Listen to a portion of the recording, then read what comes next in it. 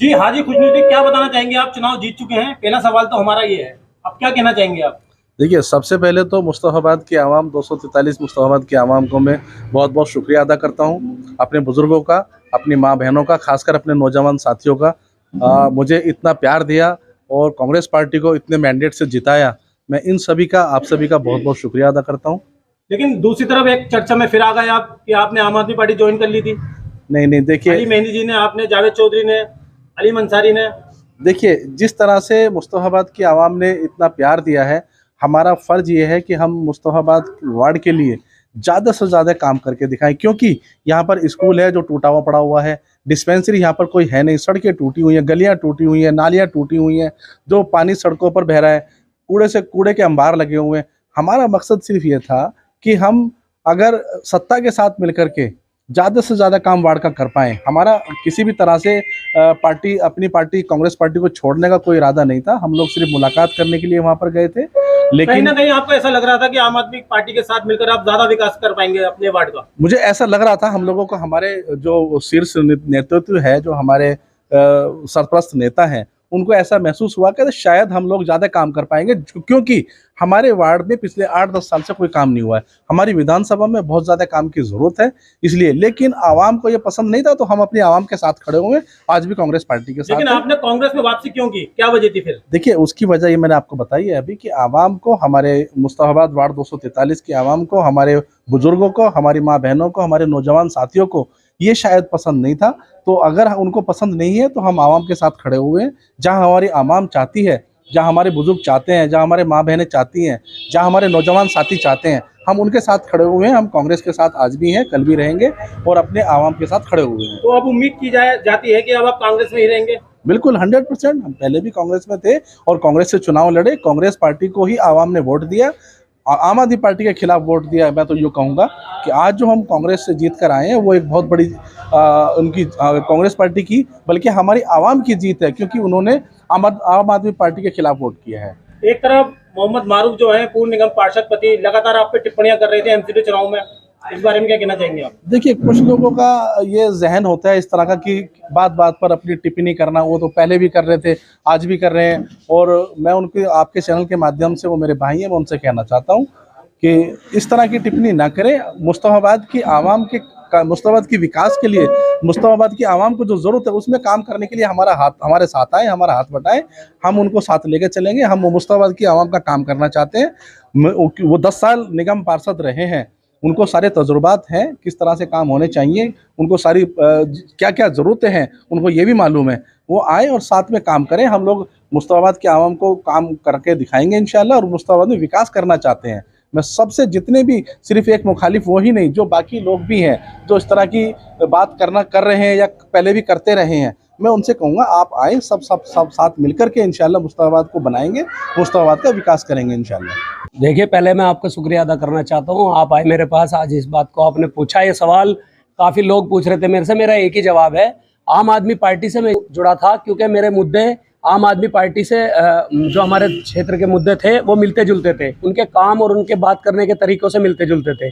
लेकिन जैसे ही उन्होंने हमारा यहाँ पर विधानसभा हमने जीती, पहले हमें 5 साल ये बताया गया कि हमारा विधायक नहीं है, इसलिए काम नहीं हो पाएगा, आम आदमी पार्टी सरकार दे नहीं पाएगी फंड। फिर हमने विधायक जिताया, तो वो जो 5 साल पुराने बीते थे, उससे भी बुरी हालत हो गई, काम नहीं होके दिया। तो हम लोग राजनीति यहाँ कर रहे हैं आवाम के साथ मिलकर। खासतौर पे शौकीन रहमान का पहला फर्ज आवाम के लिए है, और जब आवाम के काम कोई नहीं आएगा, तो चाहे वो आम आदमी पार्टी का केजरीवाल हो, हाजी यूनुस हो, मेरे लिए कोई मायने नहीं रखता, इसलिए मैंने उनको लात मार दी। अच्छा, आपको लगता है कि हाजी खुशनुद जो है, आपकी जो समस्याएं हैं उनका समाधान कर पाएंगे?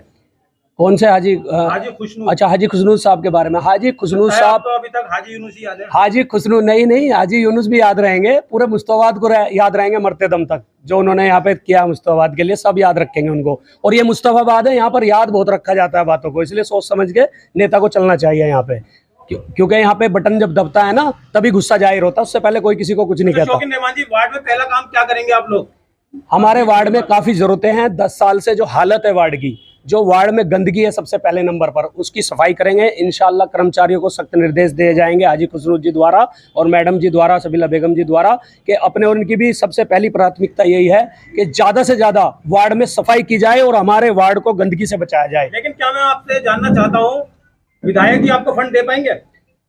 कौन से विधायक विधायक कौन देगा फंड? विधायक कौन से लोग को फंड कौन देता है? ये एमसीडी का फंड है और दिल्ली सरकार जो गवर्नमेंट है वो अब केजरीवाल जी की है। और हाजी यूनुस है। नहीं हाजी यूनुस, आपको परेशानी ना हो। हाजी यूनुस विधानसभा के एमएलए, मैं आपकी जानकारी के लिए बताऊं, एमसीडी चुनाव जो लड़ा गया है उसमें सरकार जो बनी है वो सीएम केजरीवाल जी की बनी है और केजरीवाल जी का जो मेयर आएगा उसको यहाँ पे फंड देना पड़ेगा, क्योंकि फंड जब देगी सरकार तभी काम होता है, और नहीं भी देंगे तो जबरदस्ती लाएंगे, लड़के लाएंगे और पकड़ के लाएंगे। अच्छा, शौकीन रहमान जी मुस्तफाबाद के दिग्गज नेता जो है आम आदमी पार्टी में चले गए थे, उसके बाद फिर कांग्रेस में वापसी हो गई है, तो अब आप क्या कहना चाहेंगे? देखिए, जानना चाहती है मुस्तफाबाद के जो दिग्गज नेता हैं कांग्रेस के, वो हमेशा कांग्रेस के लिए ही काम करेंगे और उन्होंने वादा कर लिया है कि हम कांग्रेस के हैं, कांग्रेस में ही रहेंगे।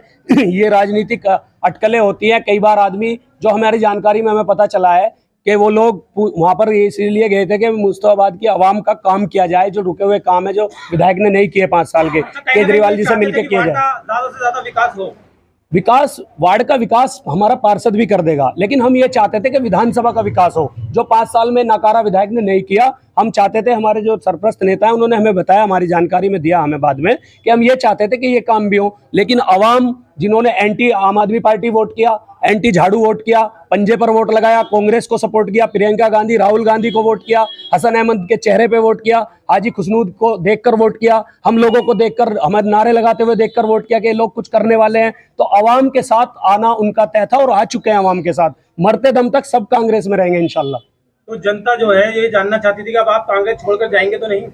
नहीं, मैं बिल्कुल, मैंने तो जिस दिन मुझे ये पता चला कि इस तरह का वहाँ पे ये चल रहा है, मैं तो जब भी कहा था हम तो कांग्रेस में हैं, कांग्रेस में आए हैं, कांग्रेस में रहेंगे, क्योंकि मुस्तफाबाद की आवाम के खून में अब कांग्रेस है, दिल्ली के पूरे मुसलमानों के खून में कांग्रेस है, तो हम किसी केजरीवाल को नहीं जानते। दिल्ली का मुसलमान इंशाल्लाह पूरे देश में नकारेगा केजरीवाल को। जी हाजी खुशनूद, आखिरी सवाल ये है, क्या आप मुस्तफाबाद के वार्ड नंबर 243 का विकास कर पाएंगे? क्योंकि सालों से यहाँ पर विकास नहीं हुआ।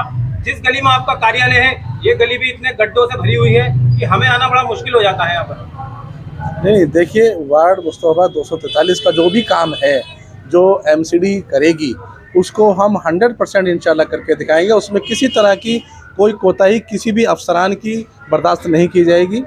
उसके लिए चाहे हमें मेयर के पास जाना पड़े, उसके लिए चाहे हमें डीसी के पास जाना पड़े, चाहे हमें कहीं पर भी जाना पड़े, उसके लिए हम जाएंगे और इंशाल्लाह अपने वार्ड के काम जो एमसीडी के अंतर्गत आते हैं उनको इंशाल्लाह 100% कर पाएंगे। दूसरी चीज़ मैं आपको यहाँ पर ये बताना चाहता हूँ, जो काम एमसीडी के अंदर नहीं आते हैं वो यहाँ के विधानसभा में आते हैं, तो इंशाल्लाह उसके लिए भी हम पुरजोर लड़ाई लड़ेंगे। किसी के पास भी जाना होगा, चाहे सीएम हाउस का घेराव करना होगा, चाहे हमें विधानसभा के में घेराव करना होगा, जो यहाँ के एमएलए हैं, लेकिन हम किसी भी काम को रुकने नहीं देंगे इंशाल्लाह। जैसे कि अब स्कूल इन्होंने तोड़ कर डाल दिया, अभी बहुत जल्दी उसके लिए एक बहुत बड़ी मुहिम हम चालू करेंगे, स्कूल का काम शुरू कराएंगे। नहीं किया जाएगा तो उसके लिए बहुत बड़ा धरना, प्रदर्शन, जो भी करना होगा हम उसको करेंगे इंशाल्लाह। आपके मुस्तफाबाद के जो बच्चे हैं वो यमुना विहार पढ़ने जाते हैं, एक बच्ची तो दबकर मर भी गई थी, आप जानते होंगे आज। बिल्कुल बिल्कुल। तो इस बारे में आप क्या कहना चाहेंगे? क्या आपके दिल में इसके लिए कोई दर्द नहीं है? नहीं, बिल्कुल दर्द है। देखिए, यही चीज़ हम बार बार बोल रहे हैं, हमारा जो मकसद है वो यही है कि जो स्कूल यहाँ तोड़ के डाला हुआ है उस पर बहुत, देखिए तकरीबन 1 साल हो गया है, हमारे गरीब परिवार के बच्चे सरकारी स्कूलों में पढ़ते हैं, आज उनको यमुना विहार में शिफ्ट कर दिया गया है। हर बच्चे का तकरीबन हर रोज 40-50 रुपए किराया लग जाता है, तो वो बच्चे को, जो पेरेंट्स हैं, वो उस किराए को अफोर्ड नहीं कर पाते। तो आज मैं आपके चैनल के माध्यम से ये बताना चाहता हूँ कि जो 4000 बच्चे इस स्कूल में पढ़ते थे, जिनको यमुना विहार शिफ्ट किया गया है, आज उनमें से मैं गारंटी से कह सकता हूँ तो 2000 बच्चे भी नहीं पढ़ते होंगे। उन पेरेंट्स के बच्चे उनके घर पे बैठे हुए, क्योंकि वो अफोर्ड नहीं कर पाते कि इतनी दूर जाए बच्चे और वापस आए, क्योंकि बच्चियां भी जाती हैं, लड़के भी जाते हैं, तो उनके पेरेंट्स जो है नहीं किराया अफोर्ड कर पाते हैं। परेशानी बहुत है। जैसे आपने बताया, एक बच्ची का इंतकाल भी हो गया, क्योंकि मेन रोड के ऊपर वहाँ पर मेट्रो का काम चल रहा है, वो कंस्ट्रक्शन का काम चल रहा है, तो वो सारे के सारे बच्चे फुट ओवर ब्रिज पार करके जाते हैं। फुट ओवर ब्रिज का जो रास्ता बड़ा तंग रास्ता है, तो वहाँ पर क्या है कि वो एक साथ बच्चे जब जाते हैं तो वो बड़ी परेशानी होती है। तो ये सारे सवालात हैं, उसके लिए हमने बड़े सवाल भी उठाए, आगे कई जगह लेटर भी दिए एडमिनिस्ट्रेशन ऑफिस के अंदर। चलिए, अभी तो आपकी शुरुआत है, फिर आपसे मुलाकात होगी, ठीक है? इंशाल्लाह।